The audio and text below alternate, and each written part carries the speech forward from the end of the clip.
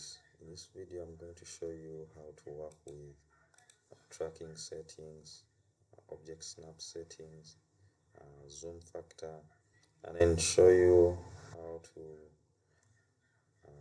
make the model space a bit larger for those of you that have smaller screens. Okay, alright, so let's get right into it.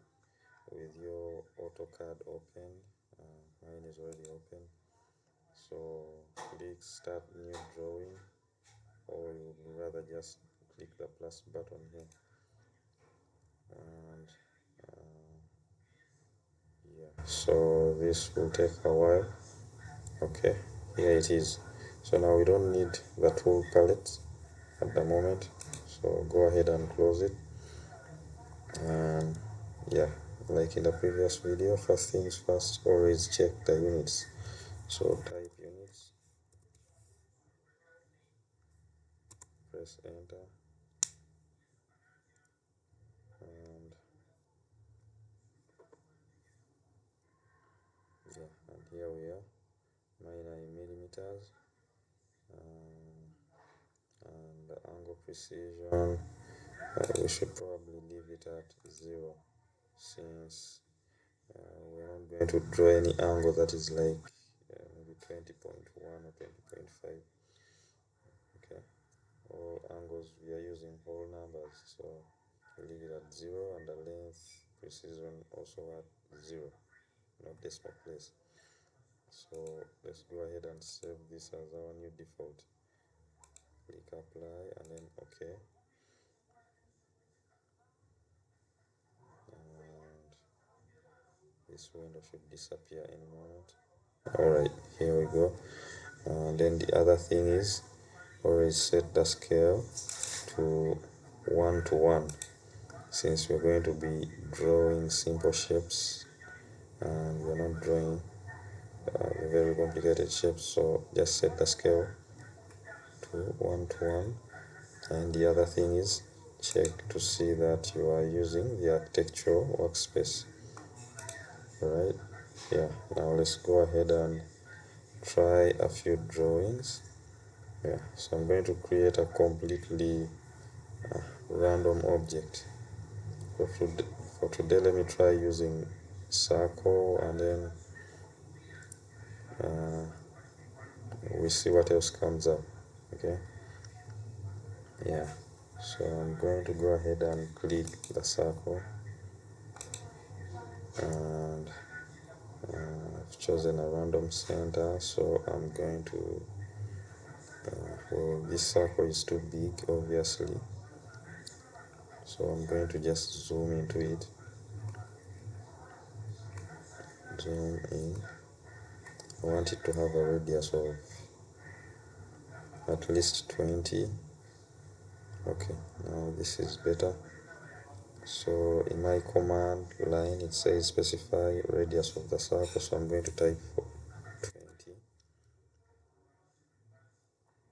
or probably let's make the circle have a diameter of 20, so we specify the radius as 10. And okay, so I'm going to add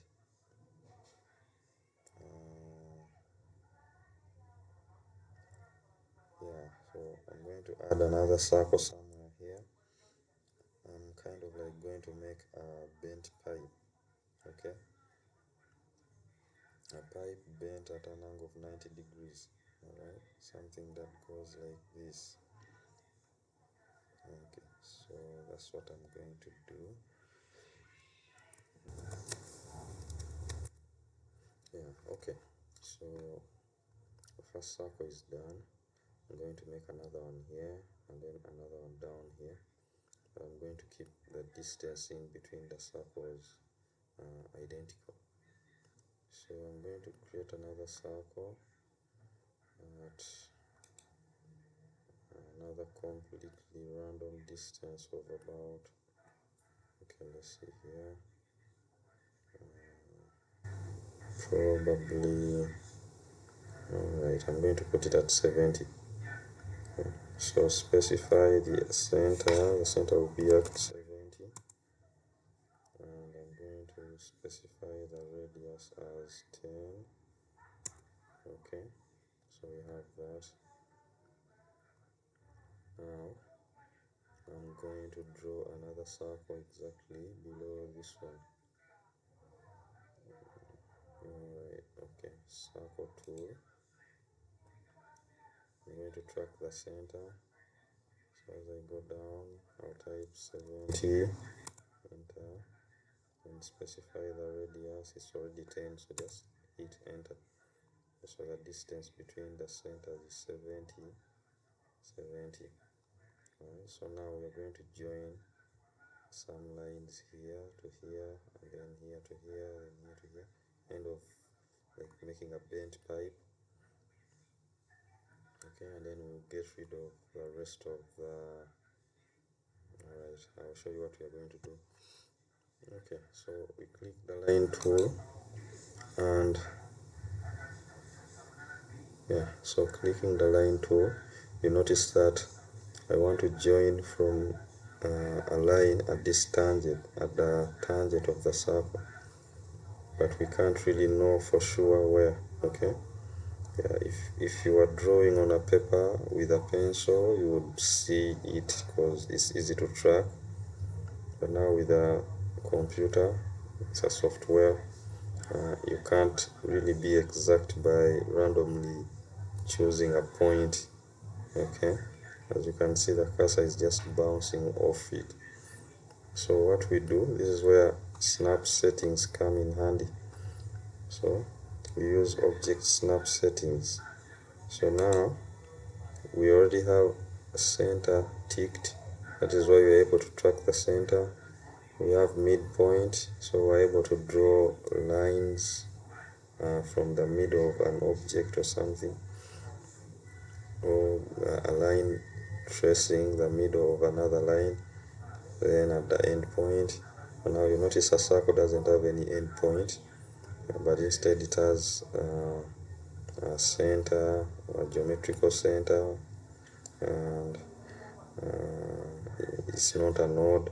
So what we are missing is the quadrant. Okay, so it's the quadrant that enables you to draw tangents to curves. Okay, yeah, and we can't use nearest either, because nearest can assume any point here, any nearest point to your cursor. So just choose quadrant, and that is it. So now we are able to track that tangential point. So click from there and look for another quadrant point on the other circle. Click, and that is it, right? So escape, click the line tool again, click this one, and this one is going to be a little bit tricky. Okay, yeah, but you'll see what I mean. In any case, let's just click, then escape. Okay, so do the same thing for this one. Click here, then track that point again. I'm going to choose this one and track this point and escape. Okay, yeah, so now you notice that now we have the drawing doesn't look as clean as we might want it to be. Okay, yeah, notice that I'm not trying to draw something in 3 dimension. I'm just drawing something randomly. Okay, yeah, so the whole idea of this exercise is to show you how to use object snap settings. Okay, so this is the icon right here that says object snap or snap. Okay, yeah, so we're going to add I'm going to teach you another feature, how to use the trim tool to get rid of extra parts from objects. Okay, so with these objects here, you can highlight the whole object,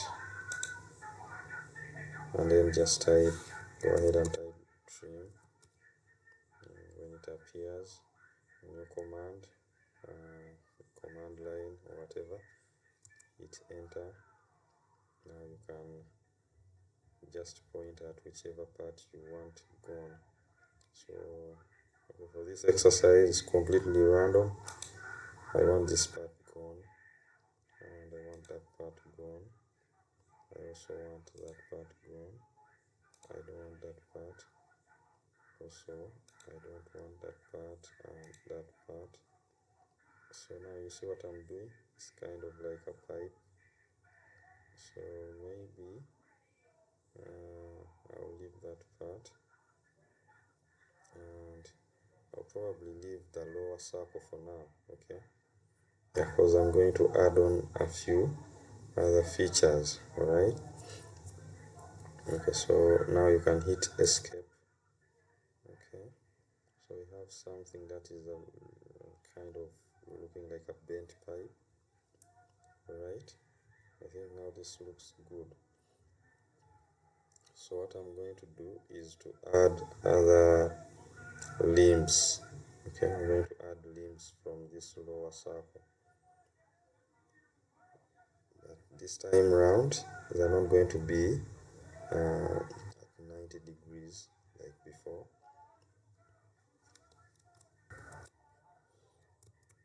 Okay, now I'm going to add other limbs, but they're not going to be at exactly 90 degrees.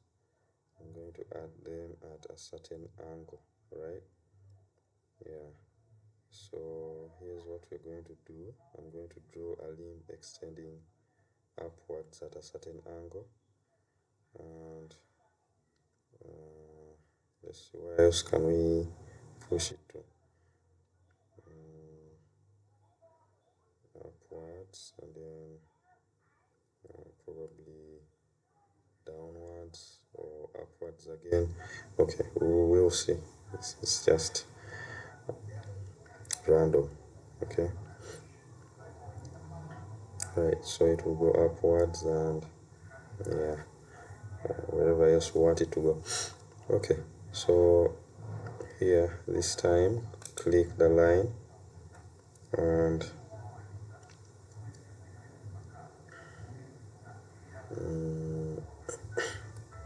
okay, so we are supposed to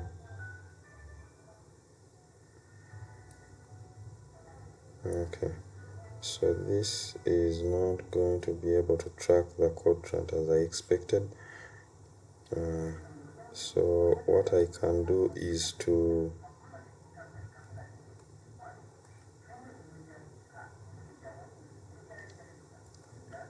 okay, now what I'm going to do is to use nearest.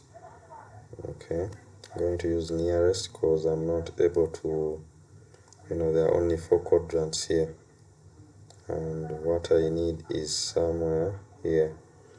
So we don't have any more options for snapping at the circle. Okay, we only have, okay, let me see. Oh, there's tangent. Yeah, good, there's tangent. Okay, I completely forgot about this one. So there's tangent. Let's try tangent. Okay, so click the line tool. Let's see if we can track tangent. Probably not with this. Okay,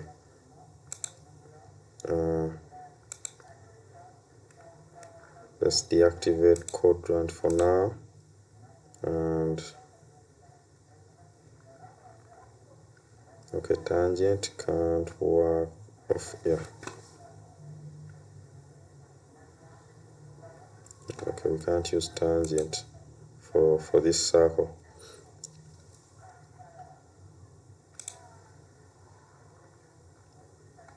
Okay, so let's leave it at quadrant, and because the reason for this is I want to draw pipes extending in a different angle other than 90 or 180 or 90. Okay, any other angle. And so for that I'm going to have to draw from some point here. Okay, yeah, And then with that, I'll have to activate nearest.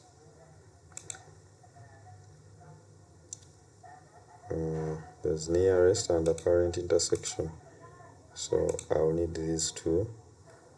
And yeah, it means anywhere near this line, I'm going to start off with something like that. So now you notice we have angle of 30 degrees, and then 0, 30, then 45, and then 60, and then from 60 we jump to 90. Okay, and that is all. So these are the only angles that we are able to track. But what if I want any other angle other than 30, 45, 60, and 90? Okay, so this is where we go to polar tracking. Okay, so go to polar tracking. You can choose a different set of angles, or you can click tracking settings and look for, you can add additional angles as you like, okay, depending on your requirements. Okay. Or you can choose the incremental angle to be as low as possible so that you can get a variety of angles as need be. So let's try with 10, and okay, instead of having it as 30, so we can have an incremental angle of 10. So 10, 20, 30, 40, and of course 45, because 45 was included in the other additional angles list. Okay, so let's make something like what, 20? Yeah, around 20. Okay, so around 20, let's keep the same distance of 70. Alright, so that is what we have, 70. And yeah, 70.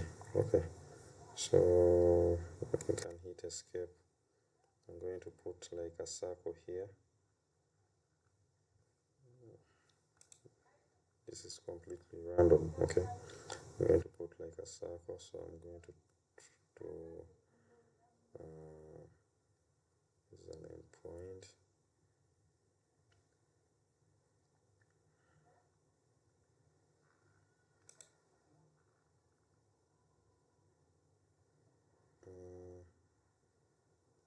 Okay, wait.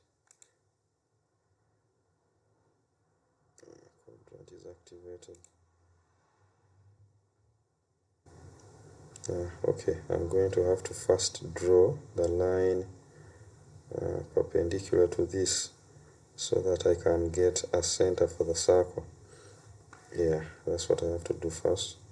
Now for that line, I'm going to have to select, because we can use the angles, but it might take a while to get the angle to exactly 90. So we can activate perpendicular, okay, in the object snap setting, and then choose that line, then perpendicular. Okay, so now there, wait, yeah, like that, we have something perpendicular. So remember the circle had a radius of 10, so we want a diameter of 20, so just type 20. Alright, and again look for perpendicular, something perpendicular to this. Okay, right, since I put too many angles now, it's kind of hard to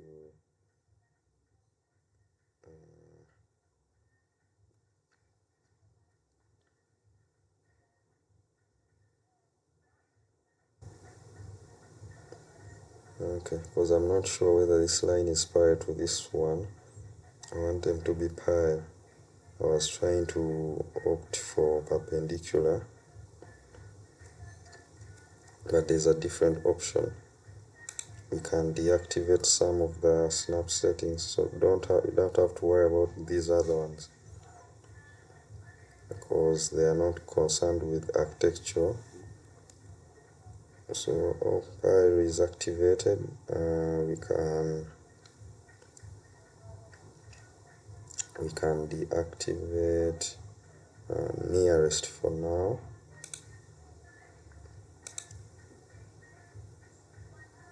and then track pile. Okay.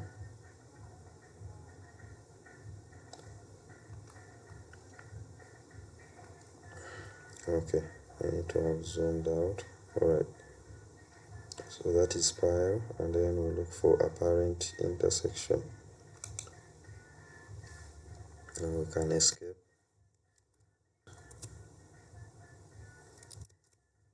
Yeah, alright, so we have that, and these two lines are parallel to each other, so we are going to just add a circle here so that we get that smooth bend. Okay, wherever it will take us. So now go ahead and click the circle tool. Now this time around you can just track the midpoint. Okay, with the midpoint it is always a rectangular green pointer. Okay, so just if it's not active, just look for midpoint. This one, make sure it's checked. So that's the midpoint. Now we can draw a circle tracking the okay, perpendicular is activated, but I don't need it for this case, so let me go ahead and deactivate it, and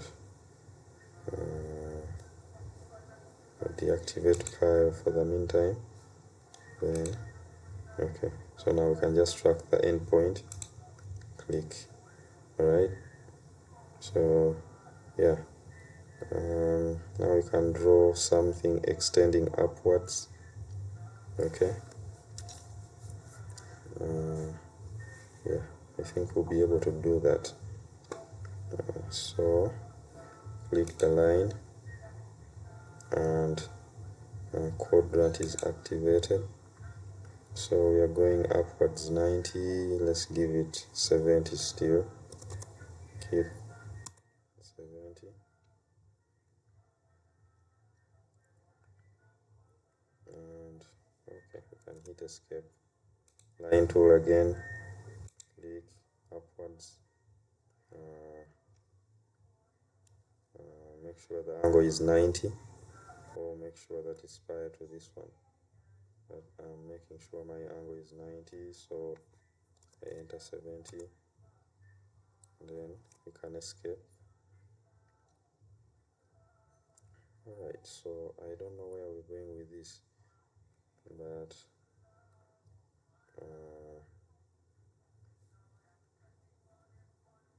okay. Okay, I don't know how far we should go with this. Let me check. What should we add here? Okay, maybe that is enough. Yeah, that is probably enough. So let's just wrap this up with a circle, and then some other lines going this side for emphasis, and that is all. Okay, so circle. In order to draw a circle here between these 2 points, we can actually track them and look for okay, and now it's tracking the end point. So what we need is actually a line first, just like before. Line, then we look for its midpoint, draw the circle and the end points like that. So we do the same thing. Let's just complete this with a line, horizontal line at 70, then a line going downwards should be 20, and then we come come back here, we join it there, and let's just put a circle at this point as well. Okay, and we are done with that, right? Yeah. So now let's go ahead and select and trim off the ugly bits. Okay, yeah, just trim off the ugly bits so that it kind of looks like a maybe a wormhole. Okay, so just go ahead and select everything. You can zoom in as much as you want or out. Type trim, enter, and you can just get rid of that, get rid of that, get rid of this, that, that. You can't delete that. So if you can't trim it, you can leave it. We just use the delete key. So get rid of this, that, and you can get rid of that. This, even that can't go. Okay, now hit escape and just simply select these, the ones that you want to delete. Then delete, press delete on your keyboard and they will be gone. So we have something like that. You can call it a wormhole. And we've tried to use polar tracking settings and object snap settings. Okay, so now the other thing that I'm left to do is to teach you how to use the zoom factor. You see, sometimes you want to scroll and you have precision with your zooming, and then other times when you scroll, just one movement of your of the trackball, okay, not the trackball, but the scrolling part of your mouse, or just a single movement would give a very large zoom. If you want to reduce that, like zoom in and out at a slower pace, so that is when you use the zoom factor. So just type zoom factor. Okay, so just complete the whole word zoom factor, hit enter. So it's usually at a default of 60, so we can make it as small as 5 or 10 depending on the precision that we want. So let's try 10. Enter. Now you notice that now I can zoom really slowly. Okay, yeah, I'm able to zoom slowly. Alright, otherwise with a zoom factor of 60, one roll and I'm completely out of the screen. Okay, yeah, so that is how you use the zoom factor. And then the other trick I wanted to show you is how to, in case you have a smaller PC and you want to make room for your drawing, to better visualize it or something, or work on it, you can always do, well, first what I did with mine is to make sure the taskbar automatically hides. Now that is just a window settings. It has nothing to do with AutoCAD. So you can use that first, so that each time you open AutoCAD it maximizes the whole screen. And then you might want to make the ribbon disappear. Okay, so the ribbon is this section that contains the menus, the home, insert, annotate, render, view, manage, and so on. So that, just type ribbon and you see the option ribbon close. So just select that one and hit enter. So you've kind of increased on the space, right? Yeah. Now if you want to see it back, because you need to choose tools and other things, so just type ribbon and then hit the ribbon. This time select ribbon and then it comes back on. Okay, yeah, so that's it for today. Watch out for the next video. Alright, maybe before we go, we can just save this. So just save. Yeah, so always don't forget to save. I'm going to call this basics 2 and save. Alright, yeah, so that's it.